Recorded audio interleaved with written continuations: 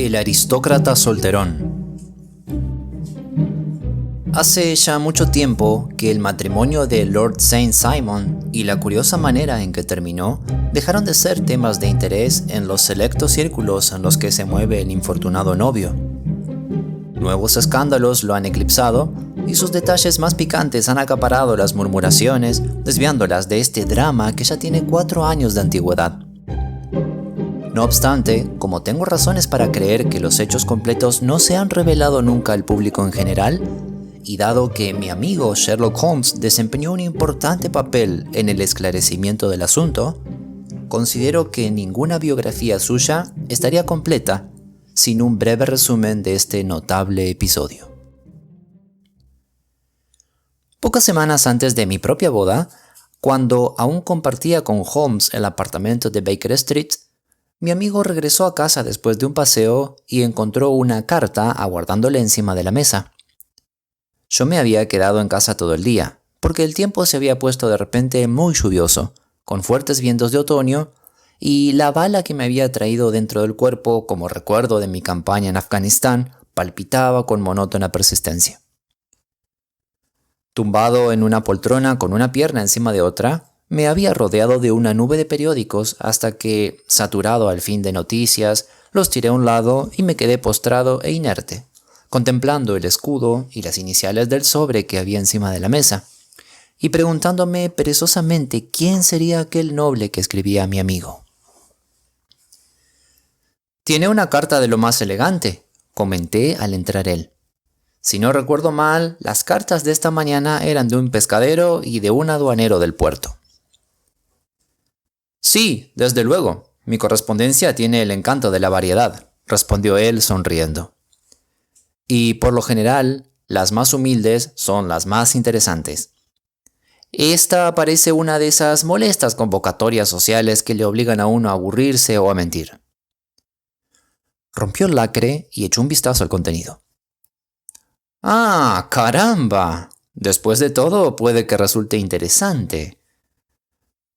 ¿No es un acto social entonces? No, estrictamente profesional. ¿Y de un cliente noble? Uno de los grandes de Inglaterra. Querido amigo, le felicito. Le aseguro, Watson, sin falsa modestia, que la categoría de mi cliente me importa mucho menos que el interés que ofrezca su caso. Sin embargo, es posible que esta nueva investigación no carezca de interés. ¿Ha leído usted con atención los últimos periódicos, no es cierto? Eso parece, dije melancólicamente, señalando un enorme montón que había en un rincón. No tenía otra cosa que hacer. Es una suerte porque así quizás pueda ponerme al corriente. Yo no leo más que los sucesos y los anuncios personales. Estos últimos son siempre instructivos. Pero si usted ha seguido de cerca los últimos acontecimientos, habrá leído acerca de Lord Saint Simon y su boda. Oh, sí, y con el mayor interés. Estupendo. La carta que tengo en la mano es de Lord Saint Simon.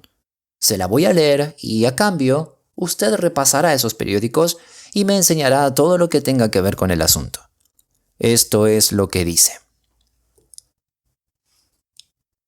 Querido señor Sherlock Holmes, Lord Backwater me asegura que puedo confiar plenamente en su juicio y discreción. Así pues, he decidido hacerle una visita para consultarle con respecto al dolorosísimo suceso acaecido en relación con mi boda. El señor Lestrade de Scotland Yard se encuentra ya trabajando en el asunto, pero me ha asegurado que no hay inconveniente alguno en que usted coopere, e incluso cree que podría resultar de alguna ayuda. Pasaré a verle a las 4 de la tarde, y le agradecería que aplazara cualquier otro compromiso que pudiera tener a esa hora, ya que el asunto es de trascendental importancia. Suyo afectísimo, Robert Saint Simon. Está fechada en Grosvenor Mansions, escrita con pluma de ave, y el noble señor ha tenido la desgracia de mancharse de tinta la parte de fuera de su meñique derecho, comentó Holmes, volviendo a doblar la carta. Dice que a las 4, y ahora son las 3. Falta 1 hora para que venga. Entonces tengo el tiempo justo, contando con su ayuda para ponerme al corriente del tema. Repase los periódicos y ordene los artículos por orden de fechas, mientras yo miro quién es nuestro cliente. Sacó un volumen de tapas rojas de una hilera de libros de referencia que había junto a la repisa de la chimenea. «Aquí está», dijo, sentándose y abriendo sobre las rodillas. «Robert Walsingham de Vere St. Simon, segundo hijo del duque de Balmoral. Escudo, campo de azur, con 3 abrojos en jefe sobre banda de sable. Nacido en 1846. Tiene pues 41 años, que es una edad madura para casarse. Fue subsecretario de las colonias en una administración exterior. El duque, su padre, fue durante algún tiempo ministro de Asuntos Exteriores. Han heredado sangre de los Plantagenet por vía directa y de los Tudor por vía materna. Ajá. Bueno, en todo esto no hay nada que resulte muy instructivo. Creo que dependo de usted, Watson, para obtener datos más sólidos. Me resultará muy fácil encontrar lo que busco, dije yo, porque los hechos son bastante recientes y el asunto me llamó bastante la atención. Sin embargo, no me atrevía a hablarle del tema, porque sabía que tenía una investigación entre manos y que no le gusta que se entrometan otras cosas. Ah, ¿se refiere usted al insignificante problema del furgón de muebles de Grosvenor Square? Eso ya está aclarado de sobra, aunque la verdad es que era evidente desde un principio. Por favor, deme los resultados de su selección de prensa. Aquí está la primera noticia que he podido encontrar. Está en la columna personal del Morning Post, y como ve, lleva fecha de hace unas semanas. Se ha concertado una boda, dice, que si los rumores son ciertos, tendrá lugar dentro de muy poco entre Lord Robert St. Simon, segundo hijo del duque de Balmoral, y la señorita Hattie Doran, hija única de Aloysius Doran de San Francisco, California, Estados Unidos. Eso es todo. Escueto y al grano, comentó Holmes, extendiendo hacia el fuego sus largas y delgadas piernas. En la sección de sociedad de la misma semana apareció un párrafo ampliando lo anterior. Aquí está. Pronto será necesario imponer medidas de protección sobre el mercado matrimonial, en vista de que el principio de libre comercio parece actuar decididamente en contra de nuestro producto nacional. Una tras otra, las grandes casas nobiliarias de Gran Bretaña van cayendo en manos de nuestras bellas primas del otro lado del Atlántico. Durante la última semana se ha producido una importante incorporación a la lista de premios obtenidos por estas encantadoras invasoras.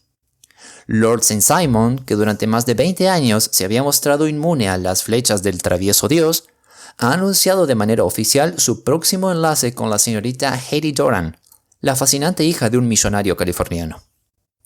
La señorita Doran, cuya atractiva figura y bello rostro atrajeron mucha atención en las fiestas de Westbury House, es hija única y se rumorea que su dote está muy por encima de las 6 cifras y que aún podría aumentar en el futuro. Teniendo en cuenta que es un secreto a voces que el duque de Balmoral se ha visto obligado a vender su colección de pintura en los últimos años y que Lord St. Simon carece de propiedades, si exceptuamos la pequeña finca de Birkhamore, parece evidente que la heredera californiana no es la única que sale ganando con una alianza que le permitirá realizar la fácil y habitual transición de dama republicana a aristócrata británica. ¿Algo más?, preguntó Holmes bostezando. Oh, sí, mucho.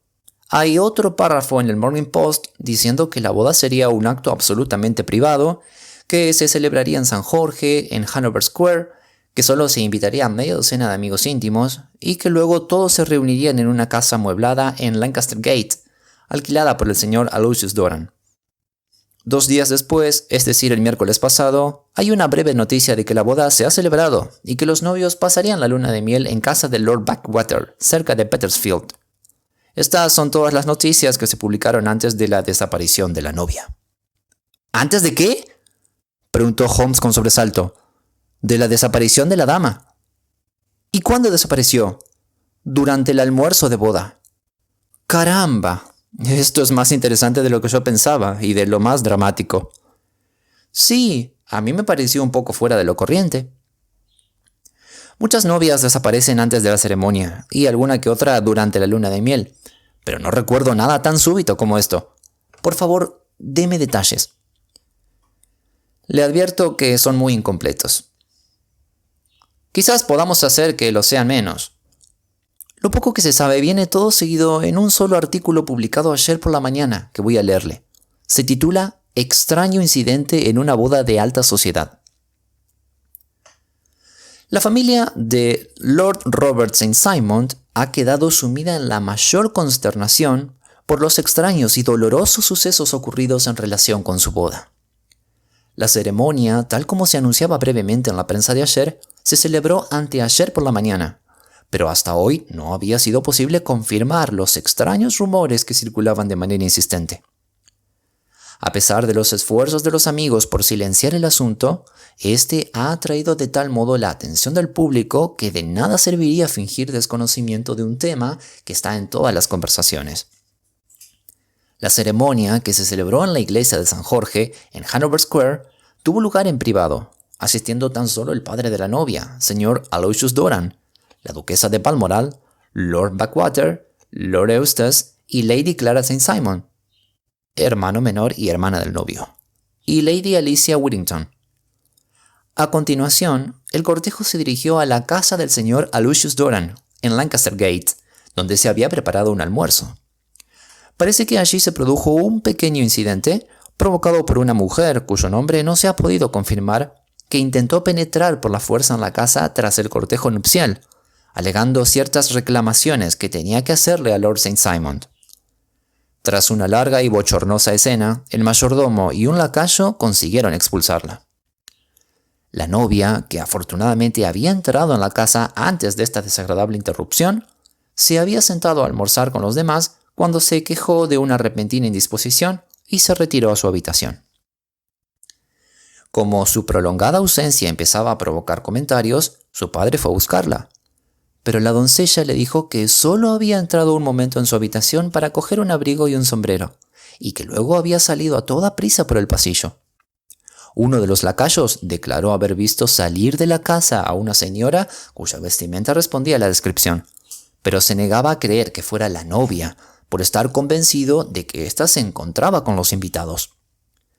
Al comprobar que su hija había desaparecido, el señor Aloysius Doran, acompañado por el novio, se puso en contacto con la policía sin pérdida de tiempo, y en la actualidad se están llevando a cabo intensas investigaciones que probablemente no tardarán en esclarecer este misterioso asunto. Sin embargo, a últimas horas de esta noche, todavía no se sabía nada del paradero de la dama desaparecida. Los rumores se han desatado y se dice que la policía ha detenido a la mujer que provocó el incidente, en la creencia de que, por celos o algún otro motivo, pueda estar relacionada con la misteriosa desaparición de la novia. ¿Y eso es todo? Solo hay una notita en otro de los periódicos, pero bastante sugerente. ¿Qué dice? Que la señorita Flora Millar, la dama que provocó el incidente, había sido detenida. Parece que es una antigua bailarina del Allegro, y que conocía al novio desde hace varios años. No hay más detalles, y el caso queda ahora en sus manos, al menos tal como lo ha expuesto la prensa. Y parece tratarse de un caso sumamente interesante, no me lo perdería por nada del mundo. Pero creo que llaman a la puerta, Watson, y dado que el reloj marca poco más de las 4, no me cabe duda de que aquí llega nuestro aristocrático cliente. No se le ocurra marcharse, Watson, porque me interesa mucho tener un testigo, aunque solo sea para confirmar mi propia memoria. El señor Robert St. Simon, anunció nuestro botones, abriendo la puerta de par en par para dejar entrar a un caballero de rostro agradable y expresión inteligente, altivo y pálido, quizás con algo de petulancia en el gesto de la boca y con la mirada firme y abierta de quien ha tenido la suerte de nacer para mandar y ser obedecido. Aunque sus movimientos eran vivos, su aspecto general daba una errónea impresión de edad, porque iba ligeramente encorvado y se le doblaban un poco las rodillas al andar. Además, al quitarse el sombrero del ala ondulada, vimos que sus cabellos tenían las puntas grises y empezaban a clarear en la coronilla. En cuanto a su atuendo, era perfecto hasta rayar con la afectación. Cuello alto, levita negra, chaleco blanco, guantes amarillos, zapatos de charol y polainas de color claro. Entró despacio en la habitación, girando la cabeza de izquierda a derecha, y balanceando en la mano derecha el cordón del que colgaban sus gafas con montura de oro. «Buenos días, Lord St. Simon», dijo Holmes, levantándose y haciendo una reverencia. «Por favor, siéntese en la butaca de mimbre. Este es mi amigo y colaborador, el Dr. Watson. Acérquese un poco al fuego y hablaremos del asunto». «Un asunto sumamente doloroso para mí, como podrá usted imaginar, señor Holmes. Me ha herido en lo más hondo. Tengo entendido, señor, que usted ya ha intervenido en varios casos delicados, parecidos a este, aunque supongo que no afectarían a personas de la misma clase social». «En efecto, voy descendiendo». «¿Cómo dice?» «Mi último cliente de este tipo fue un rey». «Caramba, no tenía ni idea. ¿Y qué rey?» «El rey de Escandinavia». «¿Cómo? ¿También desapareció su esposa?» «Como usted comprenderá», dijo Holmes suavemente, «aplico a los asuntos de mis otros clientes la misma reserva que le prometo aplicar a los suyos». «Naturalmente, tiene razón, mucha razón. Le pido 1000 perdones. En cuanto a mi caso, estoy dispuesto a proporcionarle cualquier información que pueda ayudarle a formarse una opinión». «Gracias. Sé todo lo que ha aparecido en la prensa, pero nada más. Supongo que puedo considerarlo correcto. Por ejemplo, este artículo sobre la desaparición de la novia». El señor St. Simon le echó un vistazo. «Sí, es más o menos correcto en lo que dice. Pero hace falta mucha información complementaria para que alguien pueda adelantar una opinión. Creo que el modo más directo de conocer los hechos sería preguntarle a usted. Adelante». «¿Cuándo conoció usted a la señorita Heidi Doran?» «Hace un año, en San Francisco». «¿Estaba usted de viaje por los Estados Unidos?» «Sí». «¿Fue entonces cuando se prometieron?»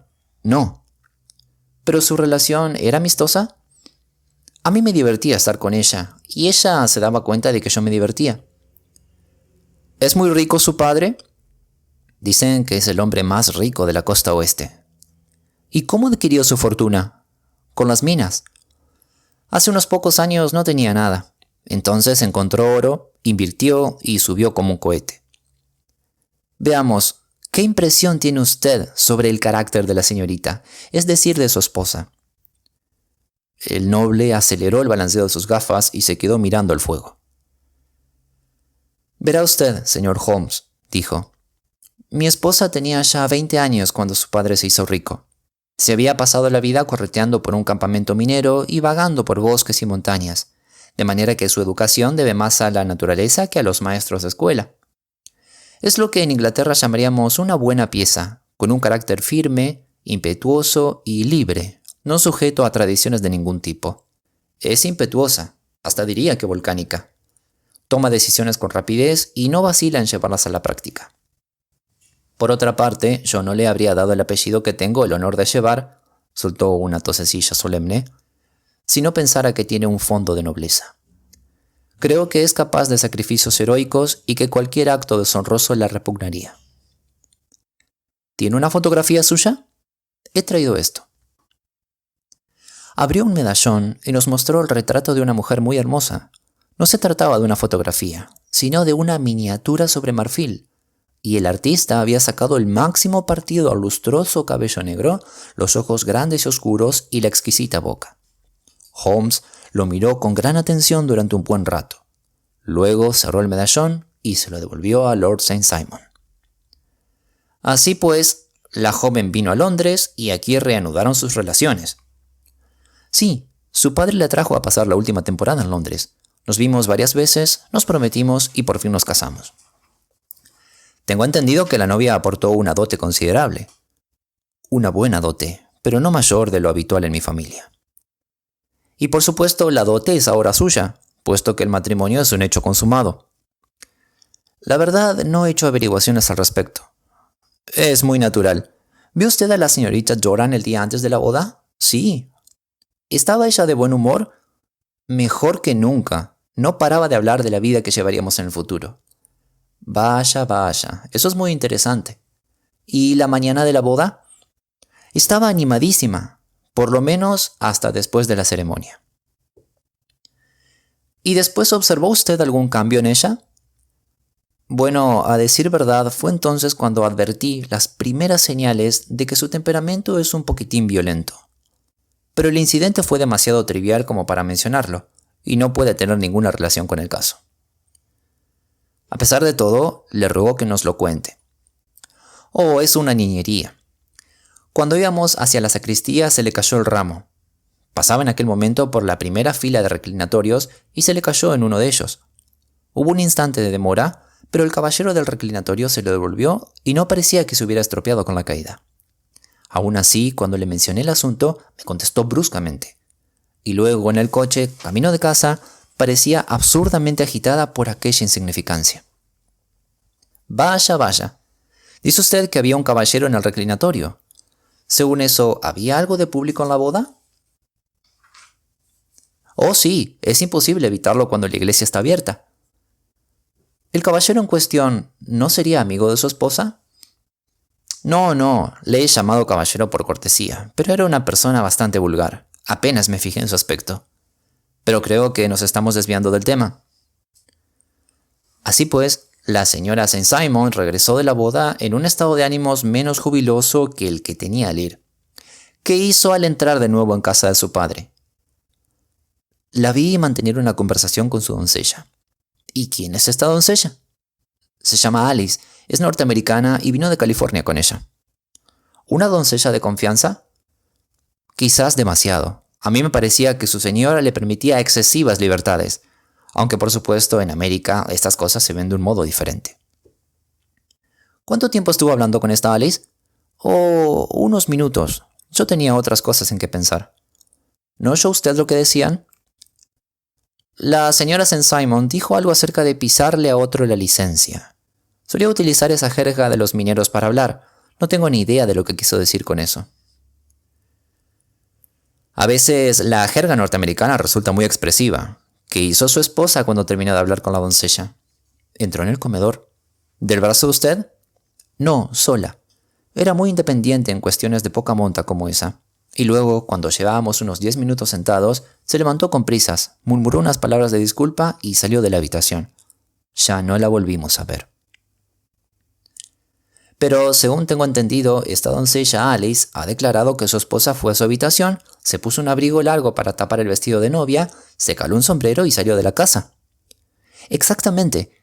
Y más tarde la vieron entrando en Hyde Park en compañía de Flora Miller, una mujer que ahora está detenida y que ya había provocado un incidente en casa del señor Doran aquella misma mañana.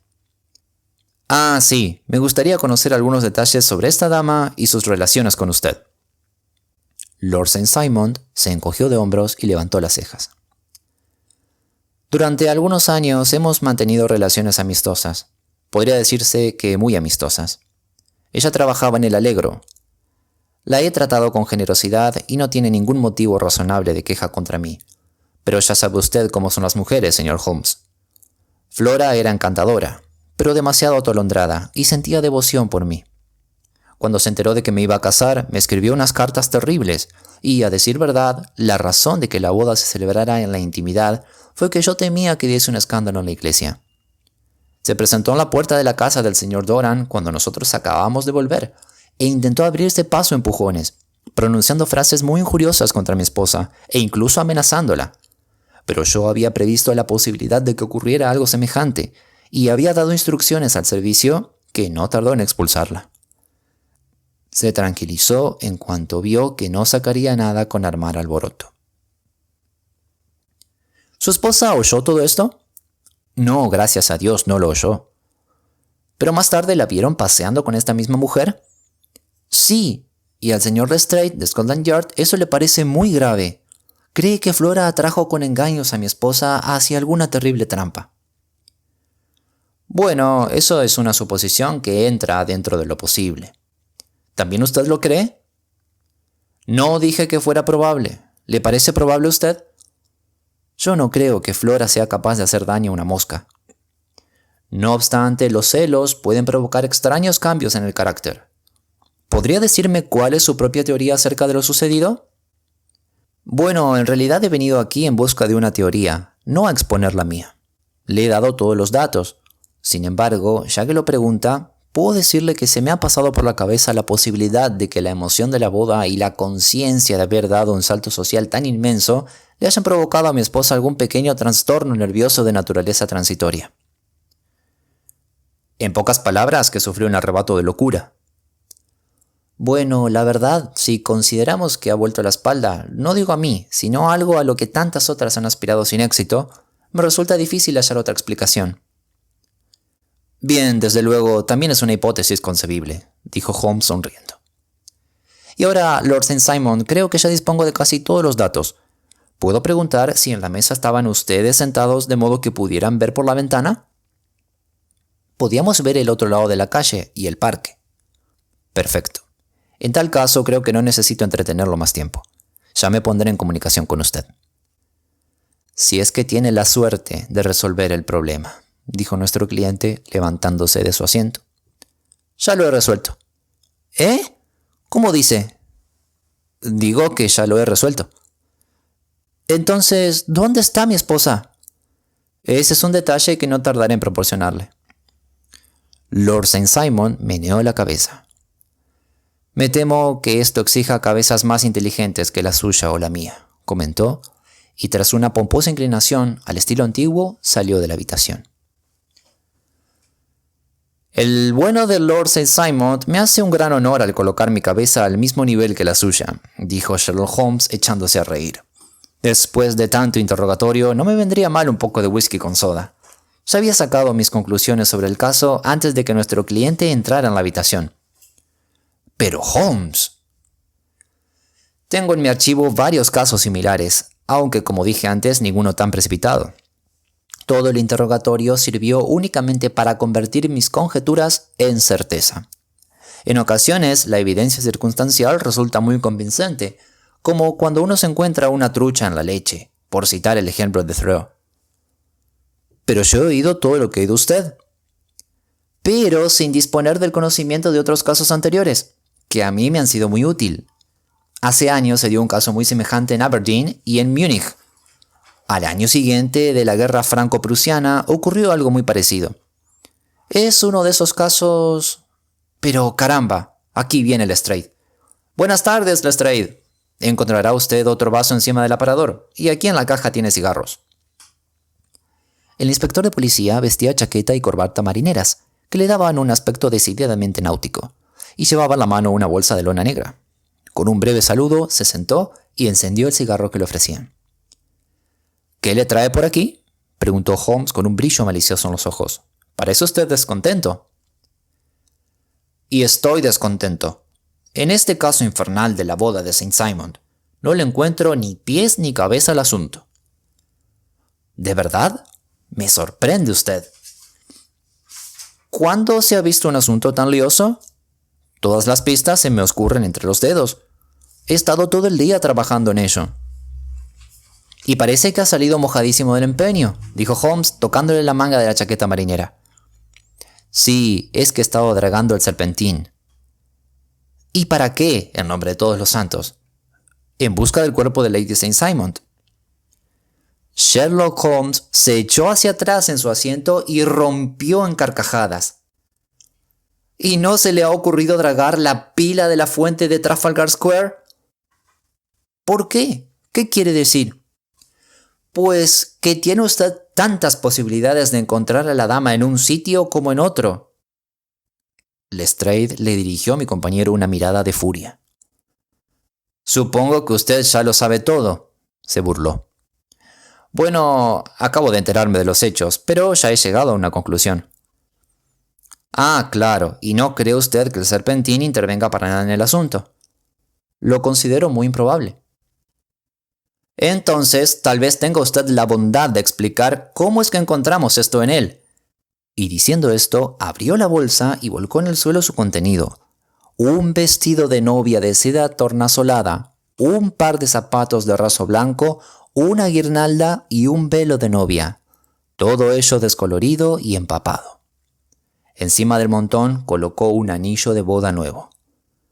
Aquí tiene, maestro Holmes. A ver cómo casca usted esta nuez. Vaya, vaya, dijo mi amigo lanzando al aire anillos de humo azulado. ¿Ha encontrado usted todo eso al dragar el serpentín? No, lo encontró un guarda del parque, flotando cerca de la orilla. Han sido identificadas como las prendas que vestía la novia, y me pareció que si la ropa estaba allí, el cuerpo no se encontraría muy lejos.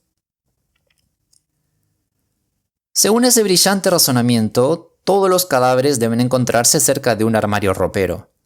Y dígame, por favor, ¿qué esperaba obtener con todo esto? ¿Alguna prueba que complicara a Flora Millar en la desaparición? Me temo que le va a resultar difícil. ¿Con que eso se teme, exclamó Lestrade, algo picado. Pues yo me temo, Holmes, que sus deducciones y sus inferencias no le sirven de gran cosa. Ha metido 2 veces la pata en otros tantos minutos. Este vestido acusa a la señorita Flora Millar. ¿Y de qué manera? En el vestido hay un bolsillo. En el bolsillo hay un tarjetero. En el tarjetero hay una nota. Y aquí está la nota. La plantó de un manotazo en la mesa delante de él. Escuche esto. Nos veremos cuando todo esté arreglado. Ven enseguida. FHM. Pues bien, desde un principio mi teoría ha sido que Lady St. Simon fue atraída con engaños por Flora Millar y que ésta, sin duda con ayuda de algunos cómplices, es responsable de su desaparición. Aquí, firmada con sus iniciales, está la nota que sin duda le pasó disimuladamente en la puerta y que sirvió de cebo para atraerla hacia sus manos. Muy bien, Lestrade, dijo Holmes riendo. Es usted fantástico. Déjeme verlo. Cogió el papel con indiferencia, pero algo le llamó la atención al instante, haciéndole emitir un grito de satisfacción. «Esto sí que es importante», dijo. «Vaya, ¿le parece a usted?» «Ya lo creo. Le felicito calurosamente». Lestrade se levantó con aire triunfal e inclinó la cabeza para mirar. «Pero», exclamó, «si lo está usted mirando por el otro lado». «Al contrario, este es el lado bueno». ¿El lado bueno? Está usted loco. La nota escrita a lápiz está por aquí. Pero por aquí hay algo que parece un fragmento de una factura de hotel, que es lo que me interesa, y mucho. Eso no significa nada. Ya me había fijado, dijo Lestrade. 4 de octubre, habitación 8 chelines, desayuno 2 chelines y 6 peniques, cóctel 1 chelín, comida 2 chelines y 6 peniques, vaso de jerez 8 peniques. Yo no veo nada ahí. Probablemente no. Pero aún así es muy importante. También la nota es importante, o al menos lo son las iniciales. Así que le felicito de nuevo. Ya he perdido bastante tiempo, dijo Lestrade poniéndose en pie. Yo creo en el trabajo duro y no en sentarme junto a la chimenea urdiendo bellas teorías. Buenos días, señor Holmes, y ya veremos quién llega antes al fondo del asunto. Recogió las prendas, las metió otra vez en la bolsa y se dirigió a la puerta.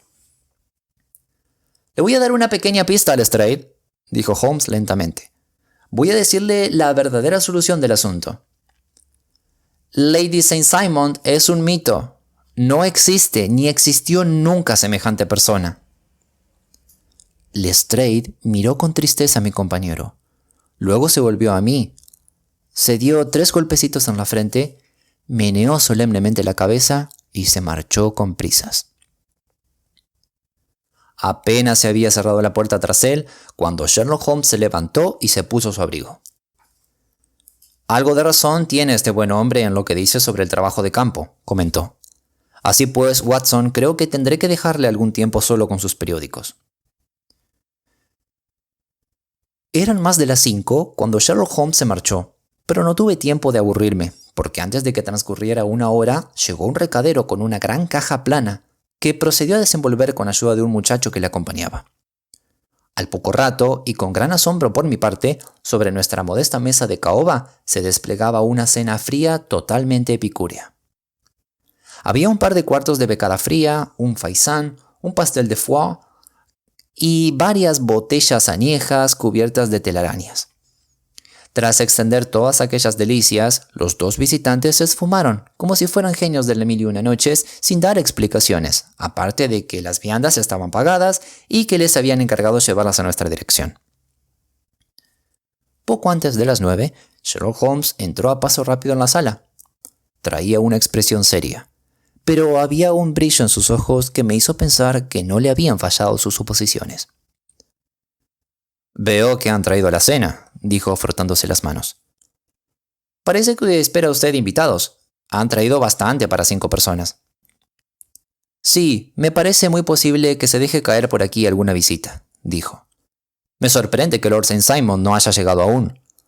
«Ajá, creo que oigo sus pasos en la escalera».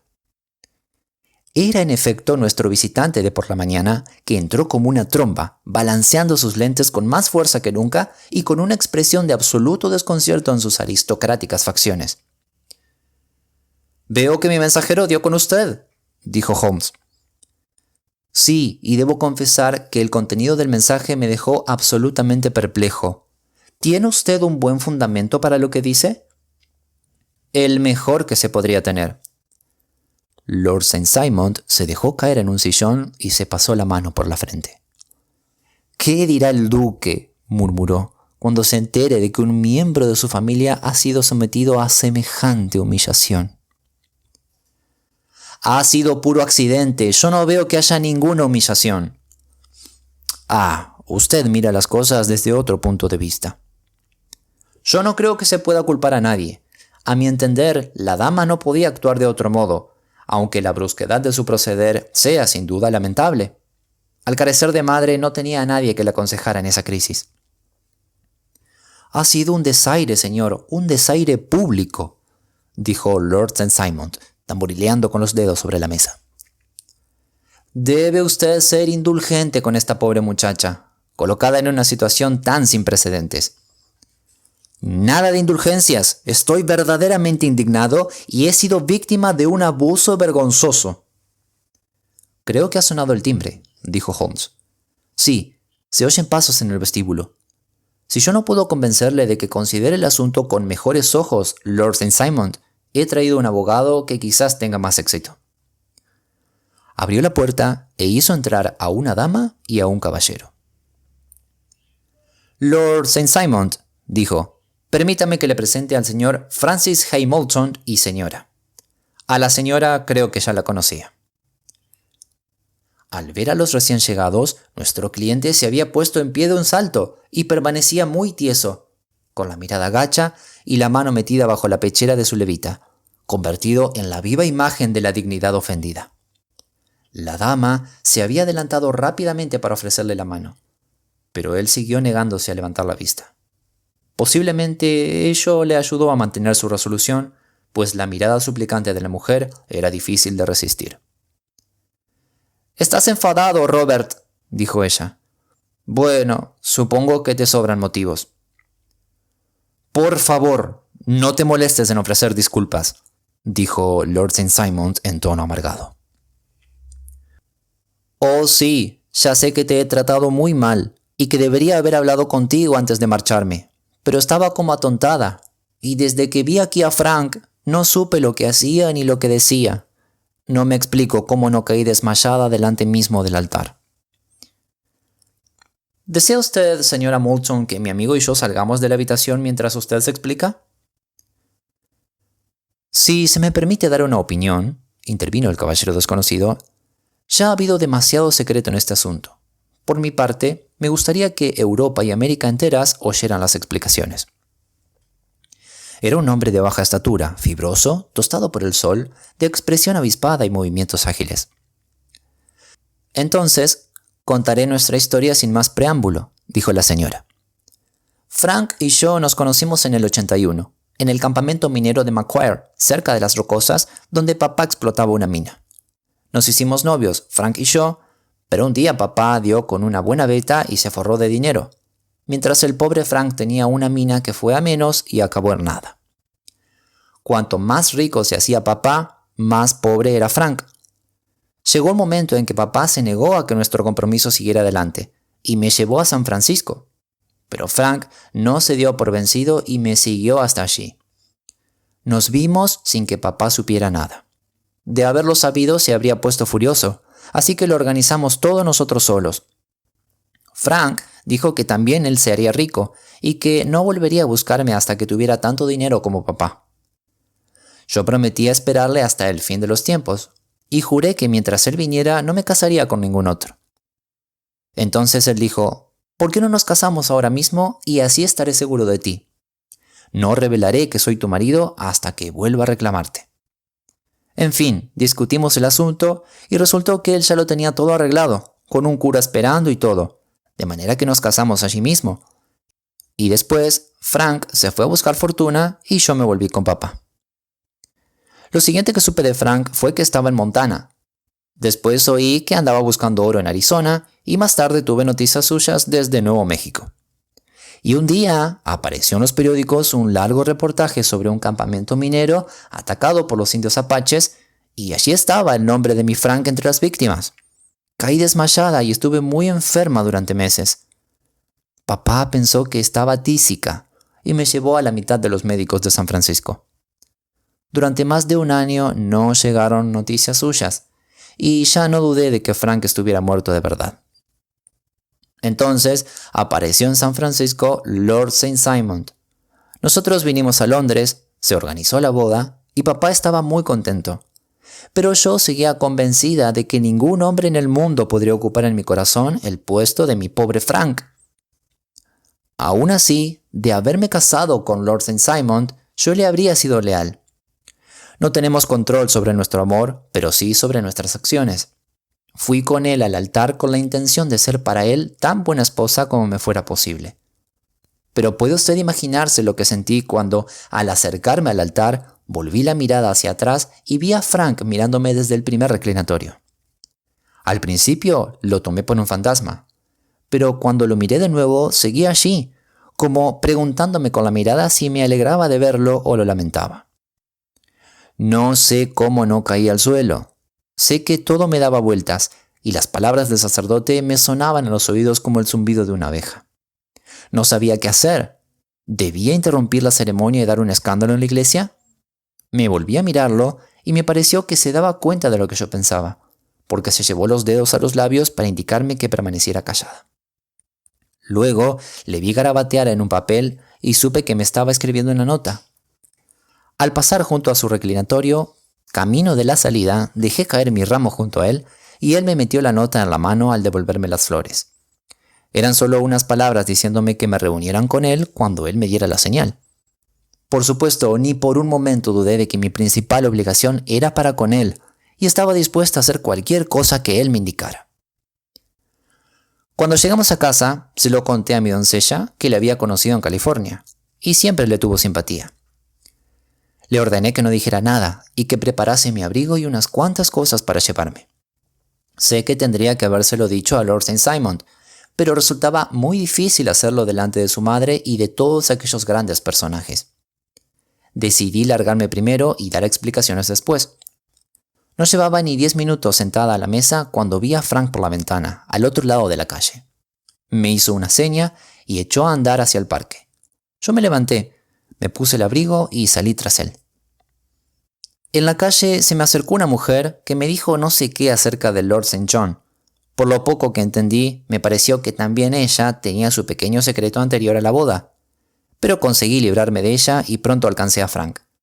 Nos metimos en un coche y fuimos a un apartamento que tenía alquilado en Gordon Square, y allí se celebró mi verdadera boda, después de tantos años de espera. Frank había caído prisionero de los apaches, había escapado, llegó a San Francisco, averiguó que yo le había dado por muerto y me había venido a ver a Inglaterra. Me siguió hasta aquí y me encontró la mañana misma de mi segunda boda. Lo leí en un periódico, explicó el norteamericano. Venía el nombre y la iglesia, pero no la dirección de la novia. Entonces discutimos lo que debíamos hacer, y Frank era partidario de revelarlo todo, pero a mí me daba tanta vergüenza que prefería desaparecer y no volver a ver a nadie. Todo lo más, escribirle unas líneas a papá para hacerle saber que estaba viva. Me resultaba espantoso pensar en todos aquellos personajes de la nobleza sentados a la mesa y esperando mi regreso. Frank cogió mis ropas y demás cosas de novia, hizo un bulto con todas ellas y las tiró en algún sitio donde nadie las encontrara, para que no se supieran la pista por ellas. Lo más seguro es que nos hubiéramos marchado a París mañana, pero este caballero, el señor Holmes, vino a vernos esta tarde y nos hizo ver con toda claridad que yo estaba equivocada y Frank tenía razón, y tanto secreto no hacía sino empeorar nuestra situación. Entonces nos ofreció la oportunidad de hablar a solas con Lord St. Simon, y por eso hemos venido sin perder tiempo a su casa. Ahora, Robert, ya sabes todo lo que ha sucedido. Lamento mucho haberte hecho daño y espero que no pienses muy mal de mí. Lord St. Simon no había suavizado en lo más mínimo su rígida actitud, y había escuchado el largo relato con el ceño fruncido y los labios apretados. «Perdonen», dijo, «pero no tengo por costumbre discutir de mis asuntos personales más íntimos de una manera tan pública». «Entonces, ¿no me perdonas? ¿No me darás la mano antes de que me vaya?» «Oh, desde luego, si eso le causa algún placer». Extendió la mano y estrechó fríamente la que le tendían. Tenía la esperanza, surgió Holmes, de que me acompañaran en una cena amistosa. «Creo que eso ya es pedir demasiado», respondió su señoría. «Quizás no me quede más remedio que aceptar el curso de los acontecimientos, pero no esperarán que me ponga a celebrarlo. Con su permiso, creo que voy a despedirme. Muy buenas noches a todos». Hizo una amplia reverencia que nos aparcó a todos y salió a grandes zancadas de la habitación. «Entonces, espero que al menos ustedes me honren con su compañía», dijo Sherlock Holmes. «Siempre es un placer conocer a un norteamericano, señor Moulton. Soy de los que opinan que la estupidez de un monarca y las torpezas de un ministro de tiempos lejanos no impedirán que nuestros hijos sean algún día ciudadanos de una única nación que abarcará todo el mundo, bajo una bandera que combinará los colores de la Unión Jack con las barras y estrellas». «Ha sido un caso interesante», comentó Holmes cuando nuestros visitantes se hubieron marchado, «porque demuestra con toda claridad lo sencilla que puede ser la explicación de un asunto que a primera vista parece casi inexplicable. No podríamos encontrar otro más inexplicable, y no encontraríamos una explicación más natural que la serie de acontecimientos narrada por esta señora, aunque los resultados no podrían ser más extraños si se miran, por ejemplo, desde el punto de vista del señor Lestrade de Scotland Yard». «Así pues, no se equivocaba usted». «Desde un principio había dos hechos que me resultaron evidentísimos. El primero, que la novia había acudido por su propia voluntad a la boda. El otro, que se había arrepentido a los pocos minutos de regresar a casa. Evidentemente, algo había ocurrido durante la mañana que le hizo cambiar de opinión. ¿Qué podía haber sido? No podía haber hablado con nadie porque todo el tiempo estuvo acompañada del novio. ¿Acaso había visto a alguien? De ser así, tenía que haber sido alguien procedente de América, porque llevaba demasiado poco tiempo en nuestro país como para que alguien hubiera podido adquirir tal influencia sobre ella que su mera visión la indujera a cambiar tan radicalmente de planes. Como ve, ya hemos llegado, por un proceso de exclusión, a la idea de que la novia había visto a un americano. ¿Quién podía ser este americano y por qué ejercía tanta influencia sobre ella? Podía tratarse de un amante, o podía tratarse de un marido. Sabíamos que había pasado su juventud en ambientes muy rudos y en condiciones poco normales. Hasta aquí había llegado antes de escuchar el relato de Lord St. Simon. Cuando éste nos habló de un hombre de reclinatorio, del cambio de humor de la novia, del truco tan transparente de recoger una nota dejando caer un ramo de flores, de la conversación con la doncella y confidente, y de la significativa alusión a pisarle la licencia a otro, que en la jerga de los mineros significa apoderarse de lo que otro ha reclamado con anterioridad, la situación se me hizo absolutamente clara. Ella se había fugado con un hombre, y este hombre tenía que ser un amante o un marido anterior. Lo más probable parecía lo último. ¿Y cómo consiguió usted localizarlos? Podría haber resultado difícil, pero el amigo Lestrade tenía en sus manos una información cuyo valor desconocía. Las iniciales, desde luego, eran muy importantes, pero aún más importantes era saber que hacía menos de una semana que nuestro hombre había pagado su cuenta en uno de los hoteles más selectos de Londres. ¿De dónde sacó lo de selecto? Por lo selecto de los precios. 8 chelines por una cama y 8 peniques por una copa de Jerez indicaban que se trataba de uno de los hoteles más caros de Londres.